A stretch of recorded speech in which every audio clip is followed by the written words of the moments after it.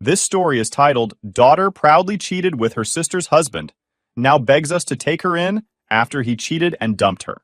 Hey everyone, we put a lot of time and effort into finding these stories to keep bringing you the best content. If you enjoy what we do, it would mean the world if you hit that subscribe button. Your support really makes all the difference and keeps this journey going strong. Thanks so much for being here with me. Now let's start the video. OP starts by saying, "Hey Reddit, I honestly never thought I'd be sharing something like this here, but I don't even know where else to turn. My family has been through so much over the last few years, and I still can't fully wrap my head around everything that's happened. I just need to get this out because maybe writing it all down will help me process it better. Also, I could really use some advice, or even just an outside perspective. So, I guess I'll start from the beginning. I'm a 48-year-old mom of 3 kids. Sarah, 27 female, Emily, 25 female, and Alex, 21 male. My husband, 53 male, and I have been married for nearly 3 decades. Up until a few years ago, I really thought we had a solid, happy family. Sure, we had our ups and downs, but who doesn't? Looking back now, I can't believe how naive I was. This all started about 3 years ago. At the time, Sarah was married to Jake, then 28 male.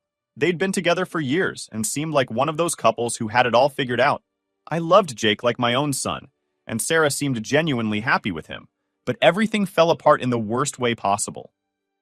Around that time, Sarah went through something incredibly traumatic. I don't want to share too many details because it's her story, not mine, but let's just say it was the kind of thing that changes a person forever. She was struggling to cope, and I could see it in everything she did. Her eyes were always red from crying. She jumped at every little noise, and she started isolating herself from everyone, even her family. It was heartbreaking to watch, and I felt so helpless. Then, as if that wasn't bad enough, we found out that Jake had been cheating on Sarah with her younger sister Emily. I can't even describe the moment I found out. It felt like someone had ripped my heart out of my chest and stomped on it. The worst part was that I didn't even hear it from Emily or Jake. I found out from Sarah after she caught them. Sarah was completely crushed. I've never seen her like that in my entire life, and I pray to God I never do again. When I confronted Emily about it, I expected tears, apologies, maybe even an attempt at explaining herself. But instead, she just shrugged and said, "Well, someone had to take care of Jake since Sarah wasn't." I was stunned. She said it so casually, like it was no big deal. I couldn't believe my own daughter was capable of saying something so cruel. I was so angry that I had to leave the room before I did something I'd regret. That was the moment I decided I couldn't have Emily in my life. Not until she understood the gravity of what she'd done. I told her, in no uncertain terms, that she needed to stay away from me, her father, and most importantly, Sarah. At first, she tried to argue, but when she saw I wasn't budging, she started screaming. She said things like, "You're choosing Sarah over me, and you're such a hypocrite." But honestly, her words didn't mean anything to me in that moment. I was done. Meanwhile, Sarah was barely holding on. She blamed herself for everything. Jake's infidelity, the fallout with her sister, even the traumatic event that had happened to her. No matter how many times I told her it wasn't her fault, she just couldn't believe it. She kept saying, "Maybe if I had been a better wife, this wouldn't have happened." It broke my heart every time. We ended up getting Sarah into therapy, which was probably the best decision we made during that time. At first, she was hesitant to go, but over time, she started to open up. Therapy didn't fix everything overnight, but it gave her the tools she needed to start healing. Slowly but surely, she began to find herself again. She even started going out with friends and pursuing hobbies she'd given up on. Seeing her smile again, after everything she'd been through, was like a breath of fresh air. Emily, on the other hand, didn't seem to have any remorse for what she'd done. After Sarah and Jake finalized their divorce, Emily and Jake went public with their relationship. They didn't even try to be discreet about it. They posted pictures together on social media, went on trips, and acted like nothing had happened. It was infuriating to say the least. Then came the ultimate slap in the face. Emily and Jake announced their engagement. I found out through Alex, who called me in disbelief after seeing their engagement party photos online. Emily had the audacity to ask me and my husband to come to the wedding. I was appalled. I told her straight up that I couldn't support their relationship and that I wouldn't be attending. My husband felt the same way. Emily tried to argue, saying things like, "You're being so unfair," and "Jake loves me, Mom. Why can't you just be happy for me?" But I wasn't having it. I also gave her a warning, which I still stand by to this day. If Jake cheated with you, he'll cheat on you. It's only a matter of time. She didn't take that well, but honestly, I didn't care. My priority was, and still is, protecting Sarah. Looking back on that time, I can't believe how much our family changed in such a short period. What once felt like a strong, unbreakable bond was completely shattered. I barely recognized Emily anymore, and my relationship with her hasn't been the same since. As much as it hurts to say, I don't think I'll ever be able to forgive her for what she did to Sarah. At the same time, she's still my daughter, and part of me wants to believe she can change, but I'm not holding my breath. After cutting contact with Emily following the fallout, I honestly thought things couldn't get worse. I mean, how much more damage could she do, right? Well, I underestimated just how deep her selfishness ran. For a while, she stayed quiet. She didn't reach out to me or her dad, which was honestly a relief. But life didn't stay peaceful for long. One day, Alex, my youngest, came storming into the house with his phone in his hand. I'll never forget the look on his face. It was this mix of anger and disbelief. He handed me his phone and said, "Have you seen this?" I looked down and saw a photo of Emily and Jake, arms wrapped around each other, all smiles. But that wasn't the worst part. In the caption, Emily had written, "He put a ring on it. Forever love." I couldn't believe what I was seeing. They were engaged. My daughter was engaged to the man who had not only betrayed her sister, but also contributed to the lowest point in her life. It felt like a slap in the face. It wasn't just the engagement itself, it was the way they flaunted it. They didn't seem to care how it would affect anyone else, especially Sarah. I wasn't sure how to break the news to Sarah. She was finally starting to make progress in therapy, and I didn't want to undo all that by bringing this up. But at the same time, I knew she'd find out eventually, and I didn't want her to feel blindsided. So, I sat her down and told her as gently as I could. Her face fell immediately, and she just sat there in silence for what felt like an eternity. Then, she said, "I knew they were together, but I didn't think they'd actually take it this far." She didn't cry, but I could see the hurt in her eyes. It was like she'd been stabbed all over again. After that, I decided to reach out to Emily. I hadn't spoken to her in months, but I felt like I needed to say something. If not for my sake, then for Sarah's. I called her, and surprisingly, she picked up. I told her how hurtful her actions were, and that getting engaged to Jake was just pouring salt in the wound. Her response? "Mom, you just don't understand. Jake and I are in love. What Sarah and Jake had is over. Why can't you just be happy for me?" Happy for her? Couldn't believe she had the nerve to say that. I told her in no uncertain terms that I would not support her relationship with Jake. I also warned her, again, that if Jake could cheat on Sarah, he could just as easily cheat on her. She laughed it off, saying, "Jake's a different person with me. You'll see." That was the last time we spoke for a while. Then came the engagement party. No, I didn't go. Let's get that out of the way. But Alex did. He said he didn't want to support them, but he was curious to see how it would all play out. Apparently, the party was everything you'd expect from Emily and Jake. Flashy, over the top, and completely devoid of self-awareness. They even had the audacity to post photos on social media with captions like, "True love wins," and "Can't wait to spend forever with you." The comment section was a mess. Some people congratulated them, but others called them out for their terrible behavior. It was a circus.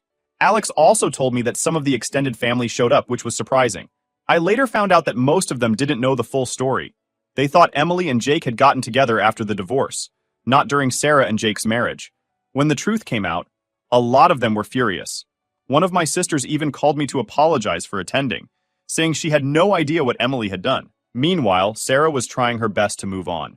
She stopped following Emily and Jake on social media, and she asked us not to mention them around her.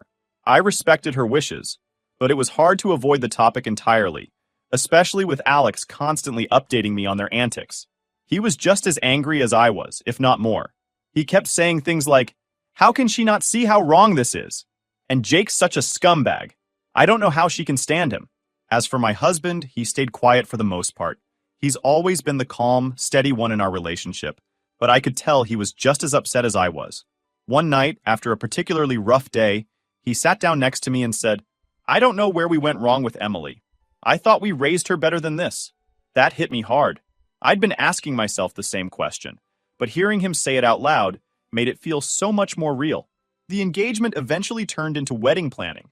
I tried to tune it out as much as possible, but Emily kept finding ways to involve me, even though I'd made my stance clear.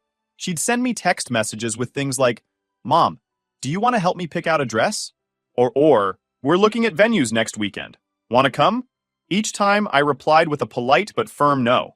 I thought she'd get the hint, but she didn't. Then, out of nowhere, she called me one evening.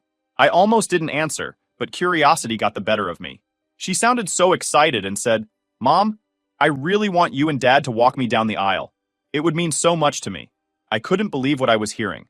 I told her, as gently as I could, that we couldn't support her wedding, not because we didn't love her, but because of everything that had happened. She started crying and said, "You're choosing Sarah over me again. Why can't you just let this go?" That broke my heart, but I stood my ground. I told her this wasn't about choosing one daughter over the other. It was about doing what was right. That conversation ended with her hanging up on me, and I haven't heard from her since. Honestly, I'm okay with that. As much as I miss the Emily I used to know, I can't let her actions go unchecked. She needs to understand that her choices have consequences. After the fiasco with the engagement party and Emily's increasingly tone-deaf attempts to involve us in her wedding plans, things went eerily quiet. I didn't hear from Emily, Jake, or even much from the extended family. To be honest, I thought maybe they had finally accepted our stance and decided to move on without us.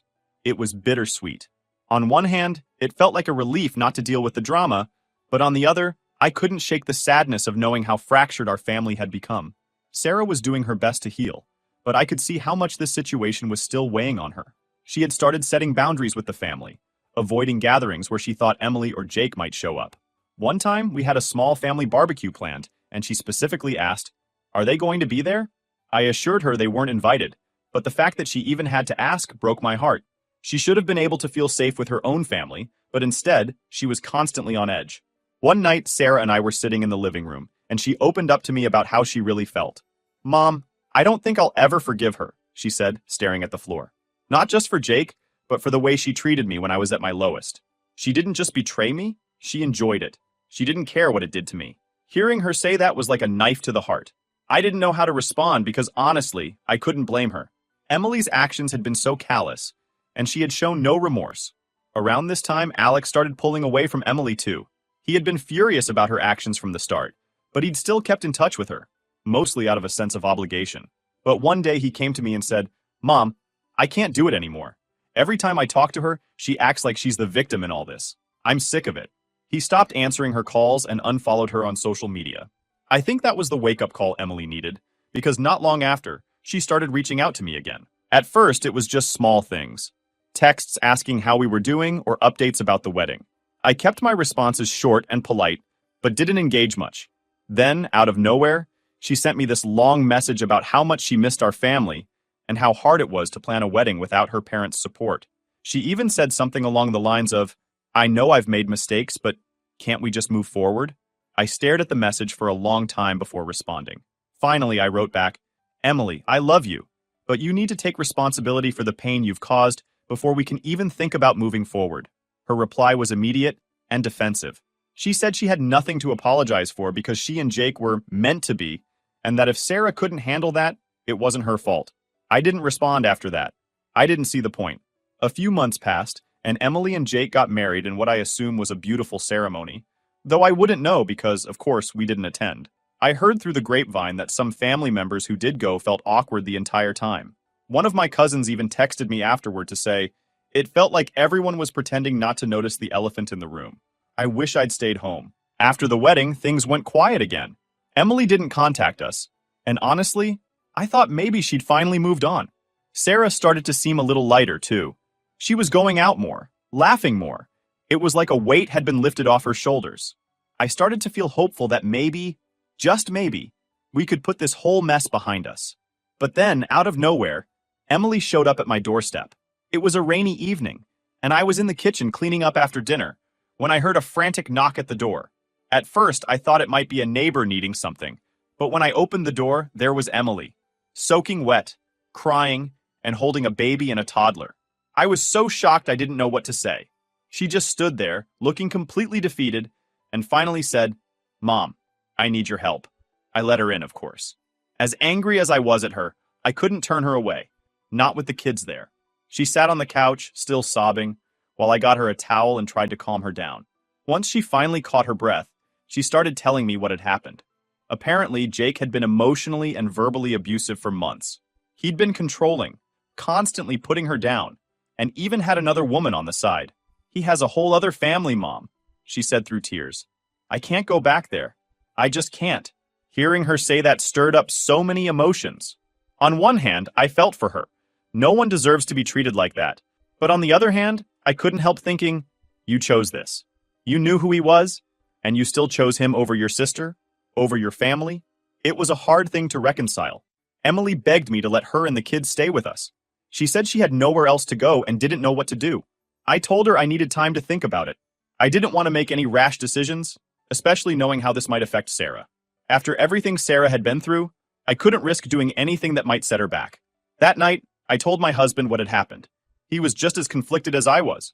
We can't just turn her away, he said, but we also can't ignore how much she's hurt Sarah. It felt like we were stuck between a rock and a hard place. No matter what we decided, someone was going to get hurt. I didn't sleep much that night. I kept replaying everything in my head: Emily's betrayal, Sarah's pain, Jake's predictably awful behavior. I didn't know what the right thing to do was, but I knew one thing for sure. Whatever decision I made, it had to be for the good of the family as a whole. Not just for Emily, not just for Sarah, but for everyone. After Emily showed up at my door with her kids, my life was thrown into chaos yet again. I spent most of that first night sitting up in the living room, staring at her sleeping on the couch with her baby in her arms. The toddler was curled up on the floor beside her, clutching a worn-out stuffed animal. It was such a stark contrast to the confident, even smug version of Emily I'd seen over the past few years. She looked fragile, broken even, and I didn't know what to make of it. When morning came, I decided I couldn't put off the conversation any longer. I gently woke her up and handed her a cup of coffee. "We need to talk," I said. She nodded, looking like she knew it was coming. I asked her to tell me everything: how she ended up in this situation, why she came to me, what she wanted me to do. Emily told me that things with Jake had started falling apart not long after they got married. She said he'd become controlling, monitoring her phone, and criticizing her constantly. She tried to brush it off at first, thinking it was just stress or maybe some growing pains as they adjusted to married life. But then he started disappearing for long stretches of time, and she began to suspect he was cheating. It wasn't until she found texts and photos on his phone quietly that her suspicions letting her get it all out. Part of me wanted to say, over a year, "What did you expect?" she said, but I bit my tongue. I knew she didn't need a lecture. Not yet, anyway. When she finished, she looked at me with tears in her eyes and said, "I know I've messed up, Mom, but I don't have anyone else to turn to." That's when the guilt started creeping in. As much as I hated what Emily had done, she was still my daughter. And those kids, my grandkids, were innocent in all of this. I told her I needed time to think about it, and I wasn't making any promises. She nodded and said she understood, but I could tell she was disappointed. I decided the next step was to talk to Sarah. I couldn't make a decision about Emily without considering how it would affect her. That afternoon, I called her and asked if she could come over. She sounded hesitant, but agreed. When Sarah arrived, she immediately noticed Emily's things in the hallway. Her face fell, and I knew this conversation was going to be harder than I thought. We sat down at the kitchen table, and I explained the situation as calmly as I could. I told her about Emily's troubles with Jake, and how she'd shown up at our door with nowhere else to go. Sarah listened quietly, her expression unreadable. When I finished, she took a deep breath and said, "Mom, I get that you want to help her, but you have to understand. I can't be around her. Not after everything she's done. I've worked so hard to move on, and I can't go backward." Her words hit me like a ton of bricks. I knew she was right. Emily's presence in our home would reopen wounds that Sarah had spent years trying to heal. But at the same time, I couldn't just abandon Emily and her kids. I felt like I was being forced to choose between my daughters, and it was tearing me apart. My husband was just as conflicted as I was. That evening, we sat down to talk about it, and he said, "I don't think there's a right answer here. No matter what we do, someone's going to get hurt." He suggested we look into alternative solutions, maybe helping Emily find a place to stay nearby so she wouldn't be in the house, but would still have support. It wasn't a perfect plan, but it felt like the best compromise we could come up with. The next day, I told Emily about our decision. I explained that while we couldn't have her staying with us, we would help her find an apartment and cover the first month's rent. I also offered to help with daycare for the kids so she could look for a job. I expected her to be grateful, or at least understanding, but instead she got angry. "This is my family," she yelled. "How can you just turn me away like this? After everything I've been through?" I tried to stay calm and explained that it wasn't about turning her away. It was about protecting Sarah's mental health, but she wasn't having it. "Sarah needs to get over it," she snapped. "It's been years. How much longer are you going to coddle her?" That was the moment my husband lost his temper. He stood up and said, "Don't you dare talk about your sister like that. Do you even realize how much pain you've caused her? You're lucky we're even willing to help you at all." Emily burst into tears and ran out of the room, leaving me and my husband sitting there in silence. Over the next few days, I tried to smooth things over with Emily. I found a one-bedroom apartment for her, and helped her get in touch with a lawyer to start the divorce process. But she remained distant and cold, barely speaking to me unless it was absolutely necessary. It was clear she felt betrayed, but I couldn't bring myself to feel sorry for her. She was finally facing the consequences of her actions, and while it was painful to watch, I knew it was necessary. As for Sarah, I made a point to check in with her regularly and reassure her that she was my priority. She seemed relieved when I told her Emily wouldn't be staying with us, but I could tell the whole situation was still weighing on her. "I just want things to go back to how they used to be," she said one day. "But I know they never will." She was right. No matter what I did, our family would never be the same. But I had to believe that we could find a way to move forward. Maybe not as the happy, united family we once were, but as something new. Something that worked for everyone. Once Emily moved into the small apartment my husband and I helped her secure, I thought things might settle down. It wasn't ideal, far from it, but it seemed like a step forward. At least she had a roof over her head and a place to regroup. We also paid for a couple of weeks of daycare for the kids, so she could start job hunting. It was the best we could do under the circumstances, especially since tensions were still high between her and the rest of the family. But things didn't go as smoothly as I'd hoped. Emily wasn't exactly grateful for the help. In fact, she seemed to resent it. She kept complaining about the size of the apartment, the lack of amenities, the area. Not unsafe, but definitely not luxurious. I tried to remind her that it was temporary, that she needed to focus on rebuilding her life, but she wasn't having it. "I can't live like this, Mom," she said during one of our phone calls. "I have 2 kids. They deserve better than this." I bit my tongue, wanting to say, "They deserve better than Jake, too." But here we are. Instead, I calmly reminded her that this was a starting point, not a permanent situation. "You're going to have to put in the work," I said. "This isn't going to fix itself overnight." The job hunt wasn't going well either. Emily hadn't worked in years, and her resume was practically empty. She applied to a few places, mostly retail and customer service jobs, but she didn't seem motivated to follow up.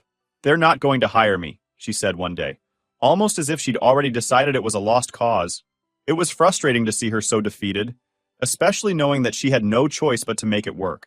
But no matter how much I tried to encourage her, it felt like my words were falling on deaf ears. Meanwhile, the rest of the family was still reeling from her sudden reappearance. Word had spread that Emily was back in town and staying in an apartment we'd helped her find. Some of my siblings called to voice their opinions, most of them negative. "After what she did to Sarah, you're still helping her?" one of them said.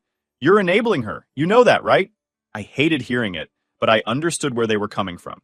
From the outside, it probably looked like I was rewarding Emily's bad behavior. But I couldn't bring myself to turn my back on her entirely, especially when there were 2 innocent kids involved. I had to remind myself that helping her didn't mean I condoned her actions. It just meant I wasn't willing to let her hit rock bottom with no safety net.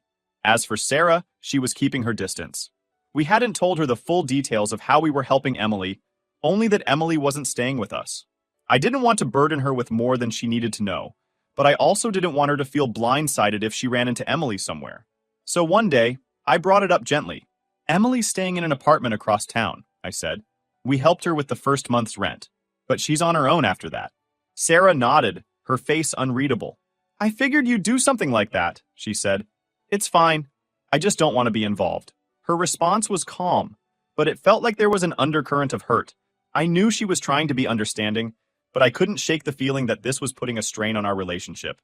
Then there was Alex. He was furious when he found out we were helping Emily at all. "Why are you bending over backward for her after everything she's done?" he asked one night. "She doesn't deserve it." I tried to explain that it wasn't about what Emily deserved. It was about doing what I felt was right. "Her kids are innocent in all of this," I said. "They need stability, and if we can help provide that, then I think we should." But Alex wasn't convinced. "You're just letting her manipulate you," he said. "She's never going to change if you keep bailing her out." His words stung because deep down, I knew there was some truth to them.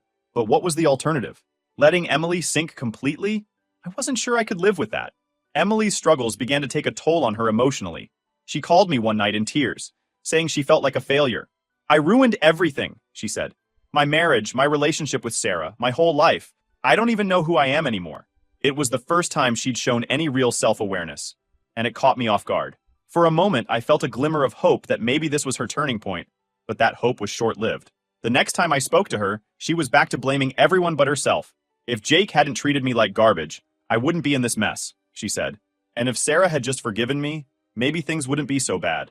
It was like she couldn't decide whether to take responsibility or play the victim. It was exhausting. At the same time, I was struggling to maintain my own sanity.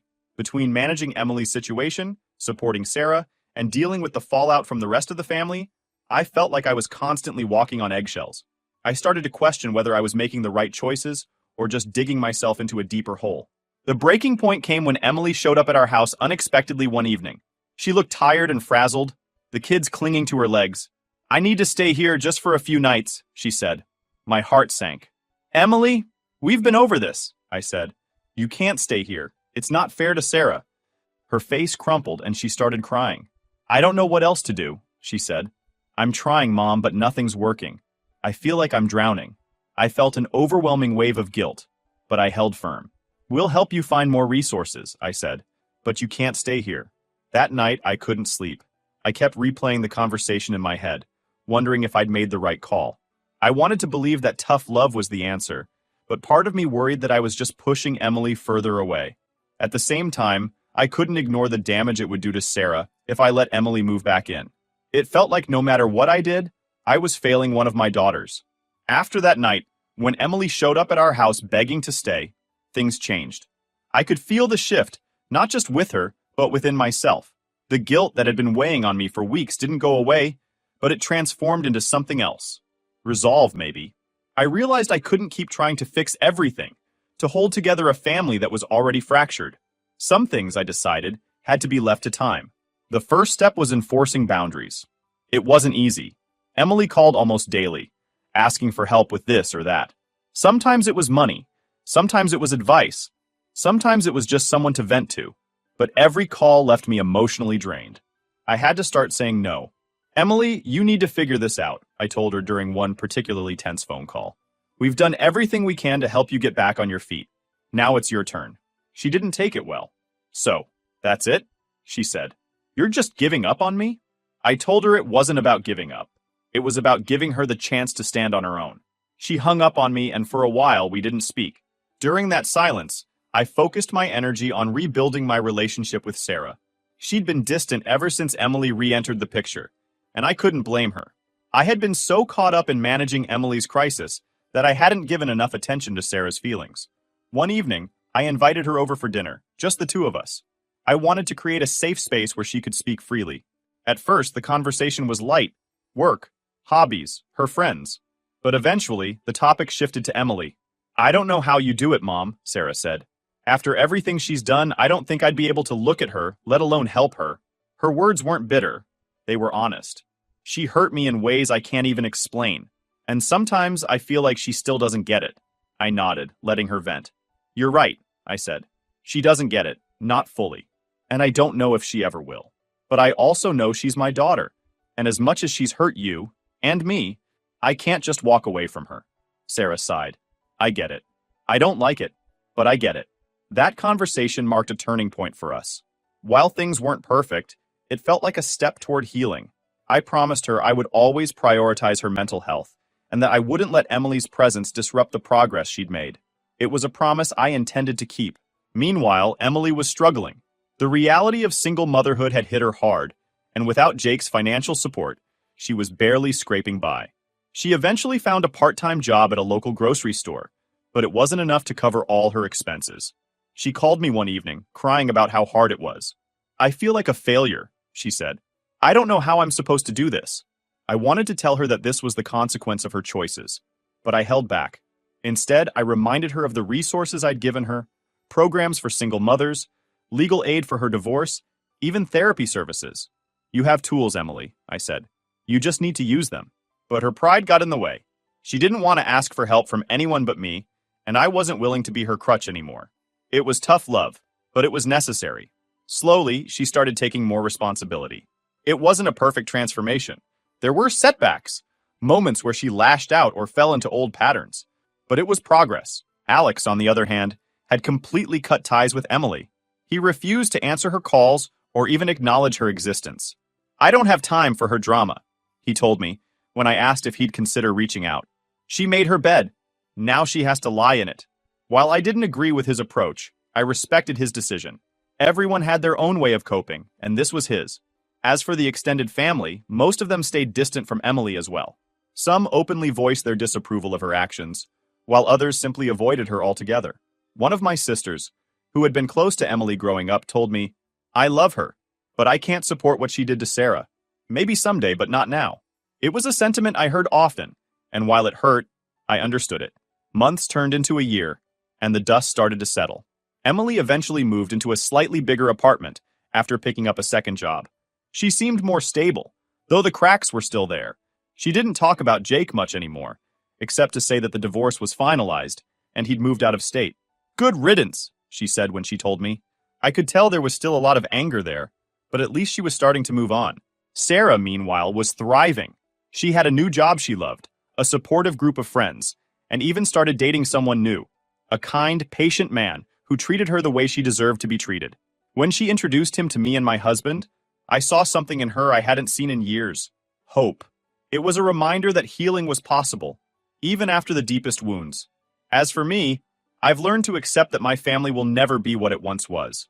There's no fixing this, not in the way I initially hoped. But that doesn't mean we can't move forward. It just means we have to redefine what moving forward looks like. I still see Emily occasionally, mostly for the sake of the kids. They're beautiful, bright little souls who remind me that, despite all the pain, there's still joy to be found. Sarah hasn't spoken to Emily since the fallout, and I don't push her to. I've learned that healing looks different for everyone, and it's not my place to dictate what that should look like. In the end, I don't know if I made all the right choices. I'm sure there are things I could have handled better, things I should have said or done differently, but I did the best I could with the hand I was dealt, and I think that's all any of us can do. To anyone reading this who's struggling with family issues, know that it's okay to set boundaries. It's okay to prioritize your own mental health. And it's okay to let go of the idea that things will ever go back to the way they were. Sometimes moving forward means letting go, and that's okay too.